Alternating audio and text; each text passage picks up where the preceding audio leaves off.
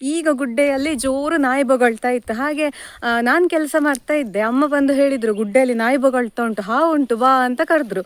ಹಾಗೆ ನಾನು ಹೋಗಿ ನೋಡ್ತೇನೆ. ಎಷ್ಟೊಂದು ಚಂದದ ದೃಶ್ಯ ಅಂತ ಹೇಳಿದರೆ, ನಾಯಿಯ ಹತ್ತಿರವೇ ಹಾವು ಉಂಟು, ಹೆಡೆ ಎತ್ತಿ ನಿಂತಿದೆ. ನಾಯಿ ಅದನ್ನು ನೋಡಿ ಜೋರು ಬೊಗಳ್ತಾ ಇತ್ತು. ಹಾಗೆ ನಾವು ಅದರ ಹತ್ತಿರ ಹೋದ್ವಿ ನಾಯಿಯನ್ನು ದೂರ ಮಾಡಲಿಕ್ಕೆ ಅಂತ. ಅಂದರೆ ಅದು ನಾಯಿಗೆ ಕಚ್ಚೋದು ಬೇಡ ಅಲ್ಲ ಸುಮ್ಮನೆ ಅಂತ ಅದರ ಹತ್ತಿರ ಹೋದ್ವಿ. ನಾಯಿಗೆ ಇನ್ನು ಹಾವು ಕಚ್ಚೋದು ಬೇಡ ಅಲ್ಲ ಅಂತ ನಾನು ಹಾವಿನ ಮೇಲ್ಗಡೆಯಿಂದಾಗಿ ಹೋಗಿ ನಾಯಿಯನ್ನು ಅಟ್ಟಿಸ್ಲಿಕ್ಕೆ ಹೋದೆ.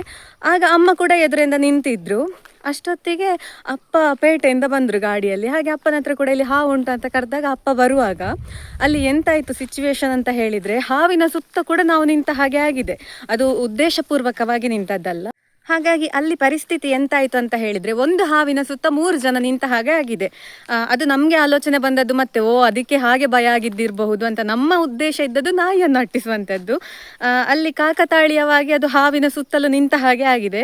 ಪಾಪ ಹಾವಿಗೆ ಎಷ್ಟು ಭಯ ಆಗಿದ್ದಿರಬಹುದು ಅಂತ ಹೇಳಿದರೆ, ಮಾಡು ಇಲ್ಲವೇ ಮಡಿ ಅಂತ ಹೇಳುವ ಪರಿಸ್ಥಿತಿಯೇ ಬಂದದ್ದು ಅದಕ್ಕೆ. ಈಗ ನಾನು ಇವರನ್ನು ಹೆದರಿಸಬೇಕು, ಇಲ್ಲದಿದ್ದರೆ ನನ್ನ ಜೀವ ಹೋಗ್ತದೆ ಅಂತ ಹೇಳುವ ಭಯಕ್ಕೋಸ್ಕರ ಅದು ನಮ್ಮನ್ನು ಹೆದರಿಸಿ ಅಲ್ಲಿಂದ ಪರಾರಿಯಾಗಿದೆ. ಎಷ್ಟು ರಭಸದಲ್ಲಿ ಹೋಗಿದೆ ಅಂತ ಹೇಳಿದ್ರೆ, ಅದು ಯಾವ ಕಡೆಗೆ ಹೋಯ್ತು, ಎಲ್ಲಿ ಹೋಯ್ತು ಅಂತ ನಮ್ಮ ಕಣ್ಣಿಗೂ ಕೂಡ ಕಾಣಲಿಕ್ಕೆ ಸಿಕ್ಲಿಲ್ಲ. ಇದೇ ಗುಡ್ಡೆಯಲ್ಲಿ ನೋಡಿ, ಇಲ್ಲೇ ಇದ್ದದ್ದು. ಎಲ್ಲಿಯಾದ್ರೂ ಹೋಗಿರ್ಬೋದು, ಇನ್ನದು ಇತ್ತ ಕಡೆ ಸುಳಿಲಿಕ್ಕೂ ಕೂಡ ಇಲ್ಲ ಅಂತ ಅನಿಸ್ತದೆ. ಪಾಪ ಅಷ್ಟು ಭಯ ಆಗಿದೆ ಅದಕ್ಕೆ.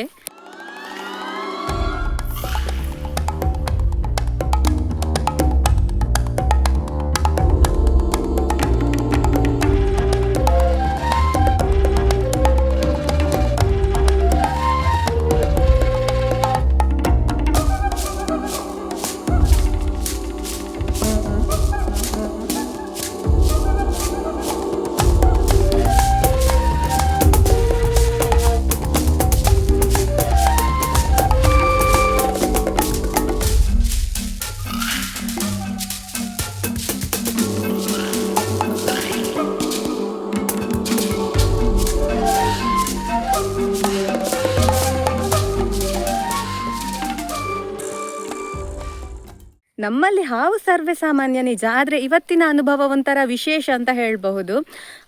ಪಾಪ ಆ ಹಾವಿಗೆ ತುಂಬ ಅಂದರೆ ತುಂಬ ಭಯ ಆಗಿತ್ತು. ಯಾಕಂತ ಹೇಳಿದರೆ, ಆ ನಾಯಿ ತುಂಬ ಹೊತ್ತಿನಿಂದ ಆ ಹಾವಿನ ಹತ್ರ ಹೋಗಿ ಬೊಗಳ್ತಾ ಇತ್ತು. ಅಂದರೆ ಸುಮಾರು 1 ಅಡಿಯಷ್ಟೇ ವ್ಯತ್ಯಾಸ ಇದ್ದದ್ದು ನಾಯಿ ಮತ್ತು ಹಾವಿಗೆ. ಆದರೂ ಕೂಡ ಆ ಹಾವು ಆ ನಾಯಿಗೆ ಕಚ್ಚಲಿಕ್ಕೆ ಹೋಗಲಿಲ್ಲ. ಹೆಡೆ ಎತ್ತಿ ಹೆದರಿಸುವ ಪ್ರಯತ್ನ ಮಾಡ್ತಾ ಇತ್ತಷ್ಟೇ ವಿನಃ ದಾಳಿಗೆ ಮುಂದಾಗಿರಲಿಲ್ಲ.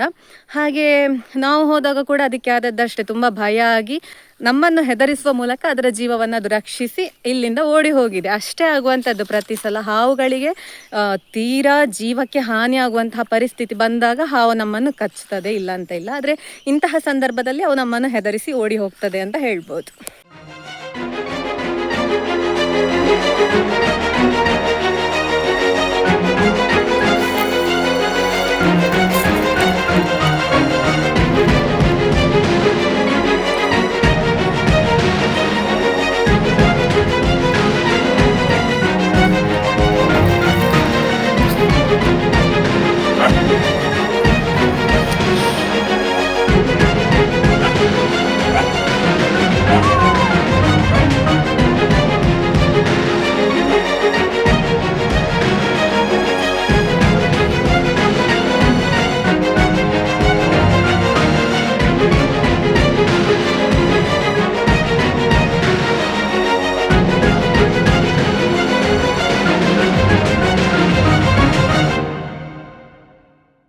ನಿಜವಾಗ್ಲೂ ಆ ಹಾವಿಗೆ ನಮ್ಮನ್ನು ಕಚ್ಚಿಯೇ ಹೋಗ್ಬೋದಿತ್ತು, ಆದರೆ ಅದು ಹಾಗೆ ಮಾಡುವುದಿಲ್ಲ. ಯಾಕಂತ ಹೇಳಿದರೆ, ನಾನು ಮೊದಲೇ ಹೇಳಿದ ಹಾಗೆ ಹಾವುಗಳಿಗೆ ತಮ್ಮ ಜೀವಕ್ಕೆ ಹಾನಿ ಉಂಟು ಅಂತ ಗೊತ್ತಾಗುವಾಗ ಮಾತ್ರ ಅದು ಪ್ರತಿಯಾಗಿ ತೊಂದರೆ ಕೊಡ್ತದೆ ಅಂತ ಹೇಳ್ತಾ ಮುಂದಿನ ವಿಡಿಯೋದಲ್ಲಿ ಸಿಗ್ತೇನೆ. ಬಾಯ್ ಬಾಯ್.